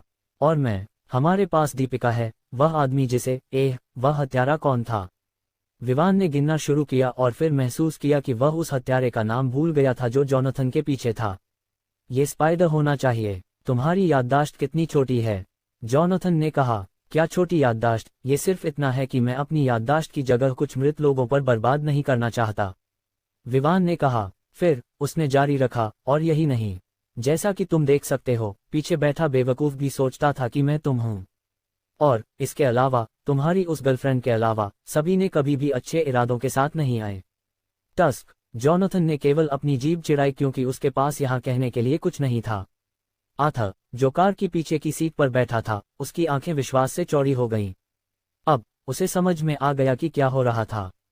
अब मैं समझ गया, वे सभी नकली होने चाहिए, है ना? तो असली कहाँ है? उसने अपने आप से पूछा। विवान और जोनाथन को इस समय आथा के मन में क्या चल रहा है, इसका पता नहीं था। अगर उन्हें इस पल का पता होता, तो वे निश्चित रूप से आथा के पिता के दिमाग में क्या चल रहा है, इस पर सवाल उठाते। ये स्पष्ट था कि आथा न केवल एक ऐसा व्यक्ति था जिसे परिवार के मुखिया की स्थिति की परवाह नहीं थी, बल्कि वह एक बेवकूफ भी था। अगर इस व्यक्ति को वास्तव में पूरे जेज़्डा परिवार का मुखिया बनने का मौका दिया गया, तो इसमें कोई संदेह नहीं था कि परिवार उसके हाथों में वास्तव में ढह सकता था। जोनाथन, जो विवान को देख रहा था, ने हार मान ली। उसे अच्छी तरह से पता था कि जो विवान ने कहा था, वह सच था। हालांकि दोनों को एक दूसरे से गलतफहमी हुई थी। ये सच था कि विवान को सबसे अधिक समस्याओं का सामना करना पड़ा था, लेकिन वह माफी नहीं मांगने वाला था। उसके मन में उसने कंधे उचकाकर कहा, मैंने तुम्हें मुझ जैसा दिखने के लिए नहीं कहा, है ना? लेकिन उसने ये बात जोर से नहीं कही क्योंकि उसे पता था कि इससे दोनों के बीच एक और बहस शुरू हो जाएगी। हालांकि वे इस समय कार के अंदर थे, उसने देखा कि कई लोग उसकी कार की ओर इशारा कर रहे थे। ये स्पष्ट था कि उसने आथा को खींचने के तरीके से बहुत से लोगों का ध्यान आकर्षित किया था। अपने सिर को हिलाते हुए जोनाथन ने उस क्षेत्र से ड्राइव करना शुरू किया। उन्हें अभी भी आथा से निपटना था, और जो कुछ भी विवान करना चाहता था वह कुछ ऐसा था जिसे उन्हें कहीं निजी स्थान पर करना होगा। वह नहीं चाहता था कि कोई सबूत हो ताकि पुलिस उसे चाय पर बुलाए, इसलिए इसे एक सुनसान जगह पर करना बेहतर था। जोनाथन ने शहर के बाहरी इलाके की ओर गाड़ी चलाई। वह बस कहीं नहीं जा रहा था, वह एक ऐसी जगह जा रहा था जिसे उसने इस तरह की स्थिति के लिए तैयार किया था। जब वे शहर के बाहरी इलाके में पहुंचे तो गगनचुंबी इमारतों की संख्या कम हो गई थी। हालांकि यहाँ कुछ ऊंची इमारतें थीं, वे बिखरी हुई थीं।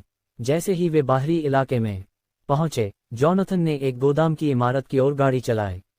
विवान को पता था कि किसी कारण से ये जगह पहले से ही खाली थी। जैसे ही जोनाथन ने विवान के विचारों को पढ़ा, उसने मुस्कुराते हुए कहा, मैं अभी भी एक प्रोजेक्ट शुरू करने की योजना बना रहा हूँ। ये गोदाम उस जमीन पर है जहाँ मैं कुछ बनाने की योजना बना रहा हूँ। यह उस सौदे से संबंधित है जो मैंने गंजे के साथ किया था। तुम किस चीज या प्रोजेक्ट की योजना बना रहे हो? विवान ने जिज्ञासा से पूछा। जिस क्षेत्र पर गोदाम खड़ा था वह निश्चित रूप से छोटा नहीं था। जोनाथन को इस बड़े आकार की जमीन की आवश्यकता थी, इसका मतलब था कि वह यहाँ कुछ बड़ा बनाने जा रहा था, और वह चीज निश्चित रूप से छोटी नहीं थी। हे, तुम्हें चिंता करने की जरूरत नहीं है। ये कुछ ऐसा है जिसे मैंने पहले से ही कुछ समय से योजना बनाई है। मैं परिवार के प्रभाव या पैसे का उपयोग करने की योजना नहीं बना रहा हूँ। ये पूरी तरह से मेरा है, जोनाथन ने हंसते हुए कहा जब उसने कार पार्क की।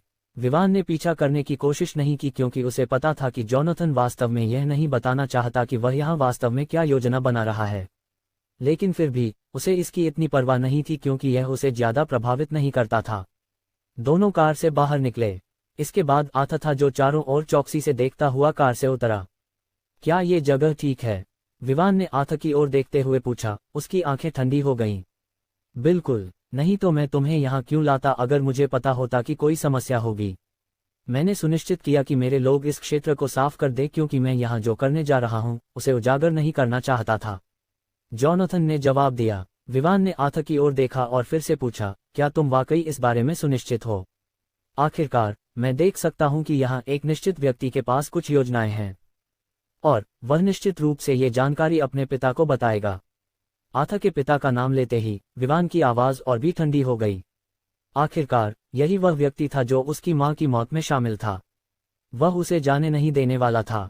दूसरे शब्दों में, हालांकि उसने अभी तक उस पर कोई कदम नहीं उठाया था, इसका मतलब यह नहीं था कि उसने ये नहीं बुलाया था कि यह उसका चाचा था जिसने मैरियन से संपर्क किया और उसे उसकी मां को खत्म करने के लिए इस्तेमाल किया था। ऐसा नहीं है कि वह कुछ कह सके और उस पर भरोसा किया जा सके। अगर वह कुछ और कहता है तो कम से कम उन पर विश्वास किया जा सकता है, लेकिन गंभीर व्यवसाय के मामलों में यहाँ तक कि उसके पिता भी उस पर विश्वास नहीं करेंगे क्योंकि यह आदमी बस एक बेवकूफ है। जोनाथन ने हंसते हुए जवाब दिया। हे जोनाथन, तुम किसे बेवकूफ कह रहे हो? आथा ने गुस्से से जोनाथन की ओर देखा। उसे ये पसंद नहीं आया कि उसे ऐसा महसूस कराया जा रहा था जैसे वह मौजूद ही नहीं है। हालांकि वह पहले से ही उस पिटाई से डरा हुआ था जो उसने खाई थी, वह असंतोष में बड़बड़ करने से खुद को रोक नहीं सका। लेकिन जैसे ही उसने जोनाथन की ठंडी आंखों का सामना किया, उसने अपना सिर झुका लिया और कांपने लगा। क्या मैं शुरू कर सकता हूँ? विवान ने अधीरता से पूछा। जितना अधिक उसने आथा के चेहरे को देखा उतना ही वह गुस्से में आ गया। ये बेवकूफ न केवल सानिया को जबरदस्ती अपने साथ ले जाने की कोशिश कर रहा था, बल्कि उसने अपनी अधीनस्थ को कैटलीन को थप्पड़ मारने के लिए भी कहा था। अगर यह कोई और समय होता जब उसने अपनी याददाश्त वापस नहीं पाई थी तो शायद विवान इस पर इतना गुस्सा नहीं होता। लेकिन अब जब उसने कैटलीन को अपनी मां के समान किसी करीबी के रूप में देखा तो वह इस बेवकूफ को जाने नहीं देने वाला था। बस उसे मत मारना, जोनाथन ने कंधे उचकाकर जवाब दिया। मैं ऐसा क्यों नहीं करूं? मुझे बेवकूफ़ी भरी प्रोवोकेशंस पसंद नहीं है, तुम जानते हो। विवान ने उसे घूरते हुए पूछा। अगर वह मर जाता है तो दादा कार्रवाई करेगा। हालांकि यह बेवकूफ ही है जिसने ये सब शुरू किया। ये भी सच है कि वह जेजडा परिवार का एक सदस्य है, इसलिए जैसे ही वह मर जाएगा दादा उस व्यक्ति को नहीं छोड़ेगा जो इसके पीछे था। जोनाथन ने जवाब दिया। यही कारण था कि उसने कभी आथा को नहीं मारा। वह उसे पीट सकता था और इसी तरह, लेकिन जब तक वह आथा को मारने वाला था यह निश्चित था कि बूढ़ा आदमी उसे दंडित करने के लिए कार्रवाई करेगा। ये कुछ ऐसा था जिसे उसकी मां भी संभाल नहीं पाई। वह उसके लिए समस्याएं खड़ी करने के लिए तैयार नहीं था।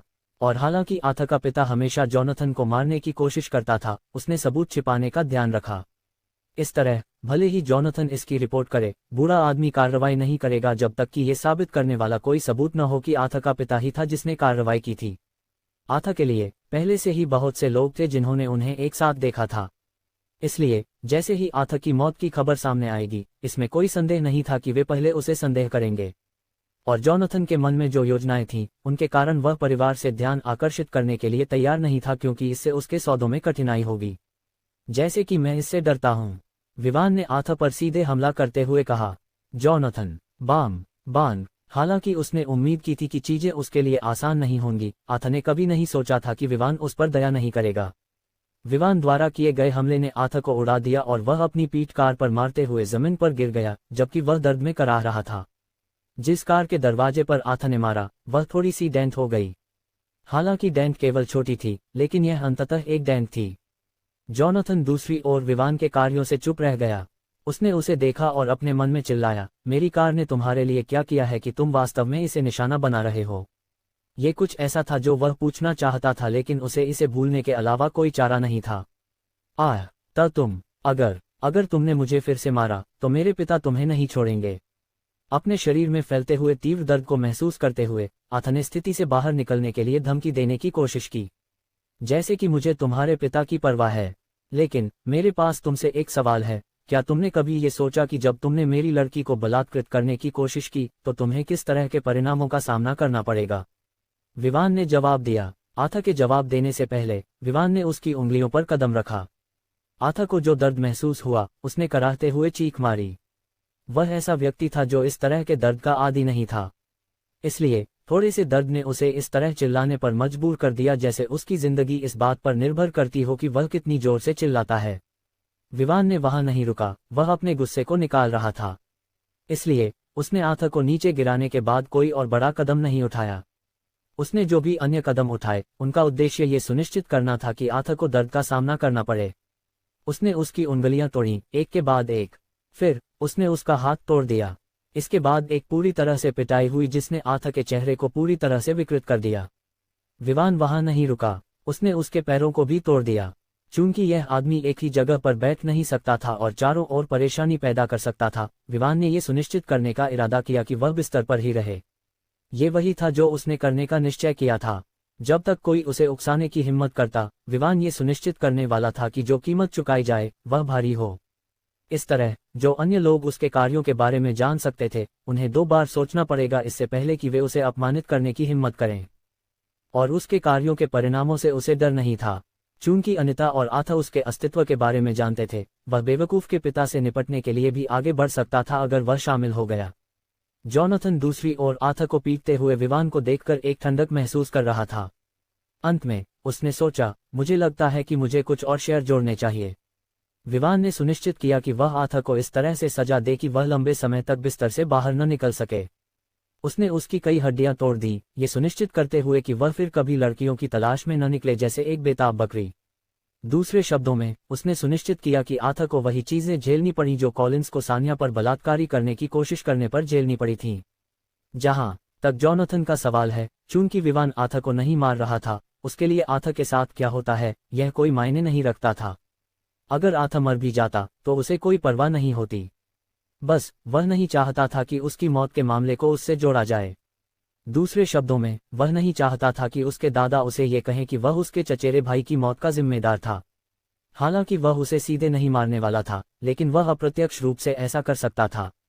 और अगर यह उस पर लगाया गया तो उसके अगले परिवार के मुखिया के रूप में चुने जाने के अवसरों में भारी गिरावट आ जाएगी। अपनी मां को परिवार में एक आरामदायक जीवन देने के उद्देश्य से वह उस पद को पाना चाहता था।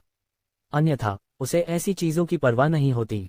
जब वह अपनी इच्छाओं को पूरा कर चुका, विवान ने जॉनथन की ओर देखा और कहा, अब जब हम इस बेवकूफ से निपट चुके हैं, तो क्यों न तुम मुझे बताओ कि तुम मुझे उन शेयरों को देने के लिए तैयार हो जो तुमने मुझसे वादा किए थे।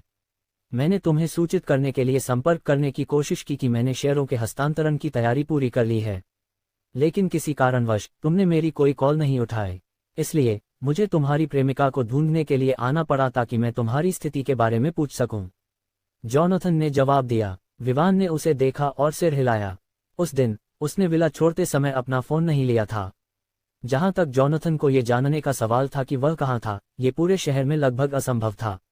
विवान ने शांति आवासीय क्षेत्र में स्थानांतरित किया था, और फिर भी उसने जोनाथन को इसके बारे में नहीं बताया। इसलिए ये समझ में आता था कि वह सान्या को ढूंढेगा क्योंकि वह वही थी जो उसके बारे में कुछ सुराग दे सकती थी। और यह सच था क्योंकि सान्या ने उसके विला का दौरा 2 बार किया था। अगर उसका कार्यक्रम इतना व्यस्त नहीं होता तो वह उससे अधिक बार मिलती। जोनाथन ने आथा को देखा जो पहले ही बेहोश हो चुका था और फिर विवान की ओर देखा। उसने एक गहरी सांस ली और एक निश्चित कोने की ओर देखकर चिल्लाया, तुम बेवकूफ लोग वहां क्या कर रहे हो? बेहतर है कि तुम यहां आओ और इस कचरे को यहां से ले जाओ, नहीं तो वह मर जाएगा और तुम लोग इसके लिए दोषी ठहराए जाओगे। जैसे ही उसने अपनी बात खत्म की, आथा के साथ हमेशा रहने वाले 3 बॉडीगार्ड बाहर दौड़े। फिर उन्होंने विवान और जोनाथन दोनों को गहरी झुककर सलाम किया और आथा को जमीन से उठाकर जल्दी से वहां से चले गए। साथ ही वे अपने दिल में आथा को गालियां देने से खुद को रोक नहीं सके। उनकी जिंदगी ठीक चल रही थी जब तक कि उन्हें उसके बॉडीगार्ड के रूप में नियुक्त नहीं किया गया। हालांकि उन्होंने कभी आथा के कार्यों को पसंद नहीं किया, वे उसे रोकने की स्थिति में नहीं थे। और अब उसकी आदतों ने उन्हें जोनाथन की बुरी किताबों में डाल दिया था। ये तो छोड़ ही दे कि अब वे विवान से और भी ज्यादा डरते थे जब उन्होंने उसे कार्रवाई में देखा। अगर वे कर सकते तो वे इससे भाग जाना चाहते थे, लेकिन ये कुछ ऐसा था जो असंभव था। जब उन्हें जेज़्डा परिवार के लिए काम करने के लिए सभी आवेदकों में से चुना गया था तो उन्हें बताया गया था कि वे अपनी जिम्मेदारियों से कभी नहीं भाग सकते। अगर उन्होंने ऐसा करने की हिम्मत की तो वे अपने परिवारों को भी खतरे में डाल रहे थे। कुछ लोग थे जिन्होंने गलती करने के बाद भागने की कोशिश की, लेकिन अंत में उनमें से कोई भी अच्छा नहीं रहा। उनके परिवारों का अपहरण कर लिया गया और उनके परिवारों का उपयोग करके जो भाग गए थे उन्हें अपनी सजा का सामना करने के लिए मजबूर किया गया।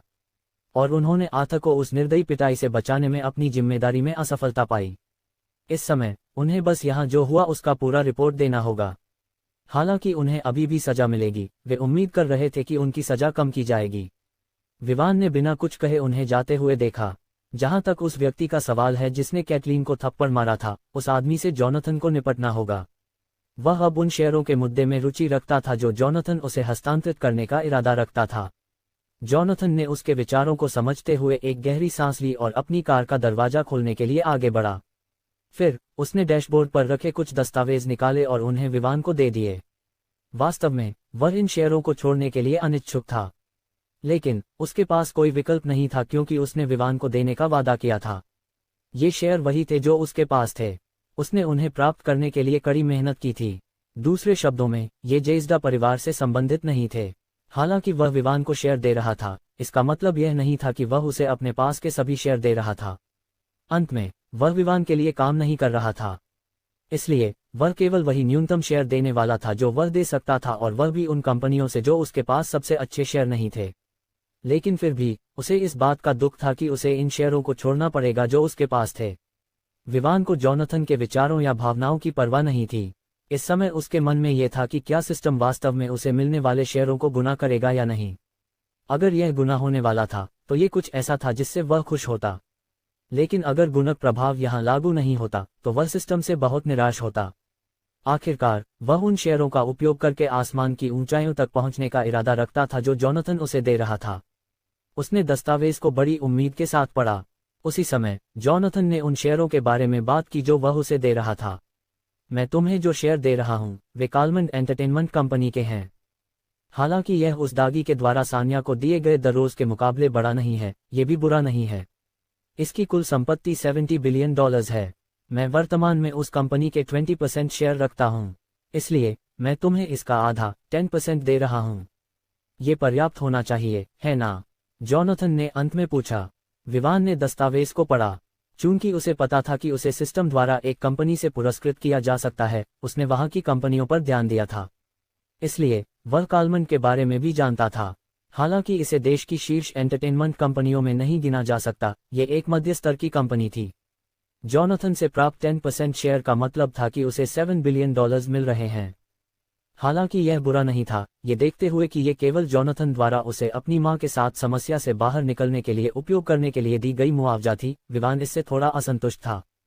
उसने जोनाथन की ओर देखा और पूछा, तुम मुझे कालमंड में जो भी शेयर हो क्यों नहीं दे देते? तुम जानते हो, बस ये सुनिश्चित करने के लिए कि वे मुझे तुमसे भ्रमित न करें। ख्वाब देखो, क्या तुम सोचते हो कि मैंने ये शेयर इतनी आसानी से प्राप्त किए? मुझे उन शेयरों को खरीदने के लिए पैसे जुटाने का मौका पाने के लिए कड़ी मेहनत करनी पड़ी। और अब मैंने तुम्हें उनका आधा दिया है।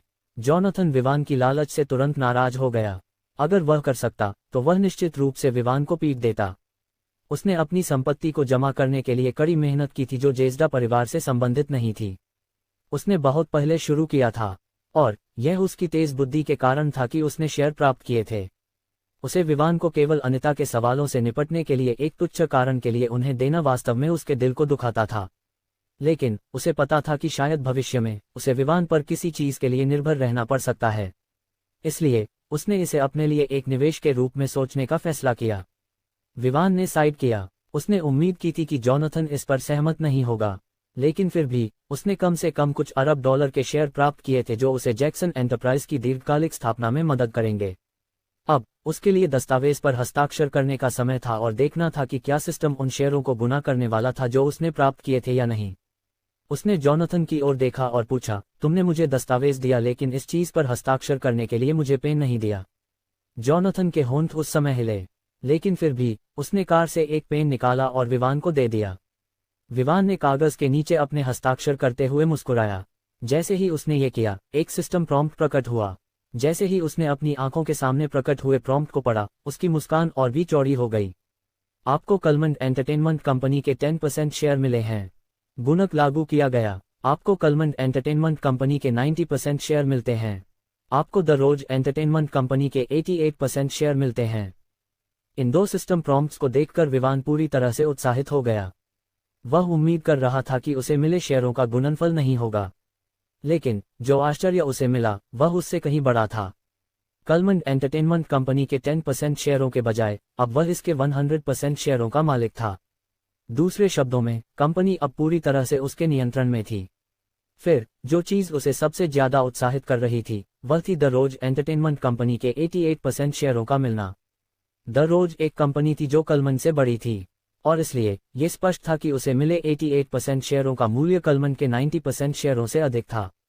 लेकिन विवान के चेहरे पर अजीब सी अभिव्यक्ति थी क्योंकि उसे केवल द रोज के 88% शेयर मिले थे। वह सोच रहा था कि उसने सभी शेयर क्यों नहीं प्राप्त किए। लेकिन दूसरी ओर, क्या ये संभव था कि 12% शेयर जो उसके पास नहीं थे वे सान्या के पास हों? अगर ऐसा है तो विवान कह सकता था कि सिस्टम बहुत विचारशील था, लेकिन फिर भी उसे इस बारे में सान्या से पूछना होगा। लेकिन एक और चीज थी जिसे विवान बिल्कुल नहीं समझ पा रहा था। उसे जॉनाथन से 10% शेयर मिले थे। ये 10% शेयर 70100 INR के थे। इसका मतलब था कि अगर गुणक प्रभाव लागू होता तो उसे कुछ ऐसा मिलना चाहिए था जो 70100 INR के बराबर हो। लेकिन विवान ने जितना भी देखा, उन दोनों कंपनियों के शेयरों को जोड़ने पर भी वे 20,000 रुपीस करोड़ तक नहीं पहुंचते, छोड़िए 70,000 रुपीस करोड़ को। तो वह 50,000 रुपीस करोड़ से अधिक मूल्य के बाकी शेयर कहाँ थे? जैसे ही उसने अपने मन की बात कही, एक और सिस्टम प्रॉम्प्ट उसके सामने प्रकट हुआ। इसके बाद दीपिका की आवाज आई, आपको जो 10% शेयर मिले थे वे न केवल कुछ ऐसा था जो आपको बलात्कारी तरीके से मिला, बल्कि क्योंकि आपने इसके लिए काम नहीं किया, इसलिए गुणक प्रभाव 100 गुना नहीं था। जैसे कि आपको सट्टेबाजी से मिली आय, दूसरों से उपहार के रूप में मिली धनराशि या किसी अन्य आय पर गुणक प्रभाव लागू होने की संख्या की एक सीमा होती है। वर्तमान में शेष संख्या 5 है। विवान चुप रह गया। सिस्टम का ये कहना कि उसने इसके लिए काम नहीं किया उसे समझ में नहीं आया। उसने वास्तव में अनिता को ये भूलने पर मजबूर किया कि वह जॉनाथन के बारे में पूछे कि वह 1 साल तक कहाँ था। तो ये काम माना गया। बलात्कारी तरीके से ये कुछ ऐसा था जो उसने नहीं किया, है ना? उसने केवल भुगतान मांगा ताकि वह उसके लिए काम कर सके। और यह सीमा का क्या मामला है? क्यों सिस्टम हमेशा ये सुनिश्चित करने के तरीके खोज रहा है कि वह जल्दी पैसे न बना सके? अब यह उसे परेशान कर रहा था। जॉनाथन, जो विवान को एक तरफ से देख रहा था, स्टन था जब उसने देखा कि विवान बस उसके सामने देख रहा है, बिना कुछ कहे या किए। यह ऐसा था जैसे वह एक दिमागी दौरे में था। फिर जॉनाथन ने देखा कि विवान के चेहरे पर एक मुस्कान आ रही है। इसके बाद वह भौंक गया, और जिस तरह से उसका चेहरा बदला, जॉनाथन और भी स्टन्ड हो गया। वह सोच रहा था कि क्या विवान पागल हो गया है या कुछ ऐसा। उसने विवान के चेहरे के सामने अपना हाथ लहराया, लेकिन जैसे ही उसका हाथ विवान के चेहरे के सामने आया, विवान, जो बस एक दिमागी दौरे में था, ने अपनी फोकस वापस पा ली और जॉनाथन के हाथ को पकड़ लिया। विवान द्वारा लगाए गए बल ने जॉनाथन को दर्द में झकझोर दिया। छोड़ो, क्या तुम पागल की तरह व्यवहार कर रहे थे या कुछ ऐसा, खुशी से गुस्से में बदलते हुए। जोनाथन के शब्द सुनकर विवान ने आखिरकार महसूस किया कि शायद उसने सिस्टम प्रॉम्प्ट्स में खुद को खो दिया था। ऐसा लगता था कि उसे दूसरों के सामने अपनी अभिव्यक्ति को नियंत्रित करना सीखना होगा। एक हल्की खांसी के साथ उसने जोनाथन के हाथ को छोड़ दिया। फिर उसने जोनाथन की ओर देखा और मुस्कुराने लगा। ये क्रिया जोनाथन को आश्चर्यचकित कर गई। तुम किस बारे में मुस्कुरा रहे हो? क्या तुमने दस्तावेज पर हस्ताक्षर करने के बाद मूर्खता कर दी? जोनाथन ने पूछा। इसे इंतजार करो, मुझे यकीन है कि तुम जल्द ही इसके बारे में जान जाओगे, विवान ने मुस्कुराते हुए उत्तर दिया। जोनाथन और भी अधिक भ्रमित हो गया कि विवान किस बारे में बात कर रहा है। अंत में उसने सिर हिलाया और विवान को अकेला छोड़ने का फैसला किया। जैसे ही वह मुड़ा, उसका फोन बजा। उसने इसे उठाया और देखा, ये कलमन के बोर्ड के सचिव का फोन था। उसे समझ में नहीं आया कि क्या हो रहा है। जितना उसे याद था, उसने पहले ही उन्हें सूचित कर दिया था कि वह अपने 20% शेयरों में से 10% शेयर किसी और को ट्रांसफर करेगा। इसलिए उसे ये समझ में नहीं आया कि सचिव क्यों कॉल कर रहा था। लेकिन फिर भी उसने कॉल उठाई। हे हल्टन, क्या है? उसने पूछा। नमस्ते श्री जोनाथन, मैं आपको सूचित करना चाहता था कि शेयरों के ट्रांसफर की सभी प्रक्रियाएं पूरी हो गई हैं और पैसे आपके खाते में ट्रांसफर कर दिए गए हैं, हल्टन ने कहा। ओह ठीक है, जोनाथन ने सिर हिलाया। उसने अभी विवान को शेयर ट्रांसफर करने के लिए हस्ताक्षर कराए थे, इसलिए यह आश्चर्यजनक नहीं था कि कंपनी ने पहले ही डेटाबेस में ऐसा किया होगा। लेकिन दूसरी ओर जोनाथन ने माथा सिकोड़ लिया। उसने पूछा, आप किस पैसे की बात कर रहे हैं? मैंने कहा था कि मैं अपने शेयर किसी और को ट्रांसफर करने जा रहा हूं। तो आप किस पैसे की बात कर रहे हैं? ओह, मैं उस 10% शेयर की बात नहीं कर रहा था जिसे आपने ट्रांसफर करने का निर्णय लिया था। मैं उस शेष 10% शेयर की बात कर रहा हूं जो आपके हाथ में थे। ये वही शेयर हैं जिनका ट्रांसफर हमने पूरा कर लिया है। पैसे आपके खाते में पहले ही ट्रांसफर कर दिए गए हैं, हल्टन ने समझाया। जोनाथन का चेहरा अजीब हो गया। हल्टन, मैं समझने में असफल हो रहा हूं कि आप क्या कहना चाह रहे हैं। मुझे 10% शेयर देने थे, फिर मुझे 10% शेयरों के साथ रहना था।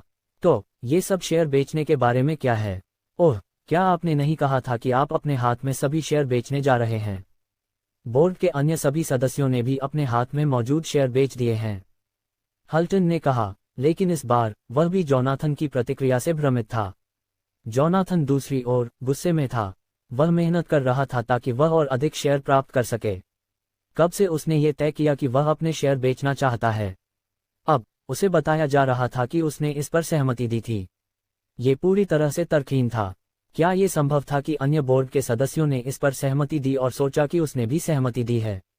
लेकिन फिर उन्होंने उसकी हस्ताक्षर कहां से प्राप्त की? आखिरकार यदि वह हस्ताक्षर नहीं करता तो ट्रांसफर पूरा नहीं होता।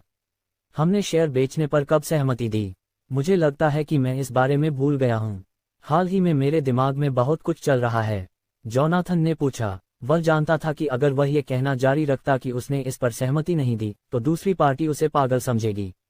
हल्टन ने अंततः समझा कि जोनाथन ने इस बारे में क्यों भूल गया, इसलिए उसने उत्तर दिया, मैं समझता हूं श्री जोनाथन, आप अमीर लोग इतने सारे शेयरों के मालिक होते हैं कि आप उन पर ध्यान भी नहीं देते।